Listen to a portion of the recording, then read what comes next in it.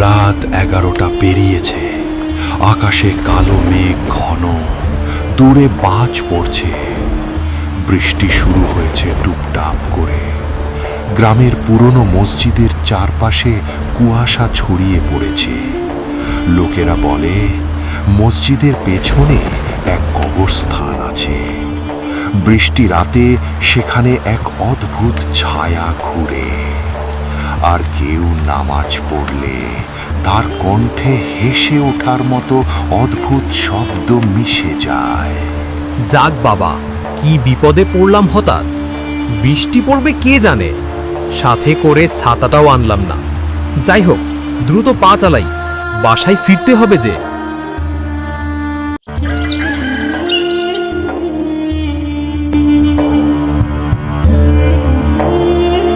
কুদ্দুস গ্রাম থেকে শহর থেকে ফিরে আসা তরুণ, নামাজি, কিন্তু ভূত প্রেতের গল্প সে বিশ্বাস করে না। ভাই, এসব কুসংস্কার বন্ধ করুন। আল্লাহ ছাড়া কাউকে ভয় পাই না আমি। কুদ্দুস ভাই, গতকাল রাতে বৃষ্টি পড়ছিল। মসজিদের পেছনে এক মহিলা কাঁদছিল।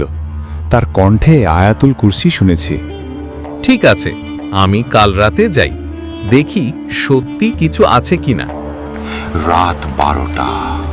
কুদ্দুস হাতে টর্চ লাইট নিয়ে মসজিদের দিকে এগোতে লাগলো।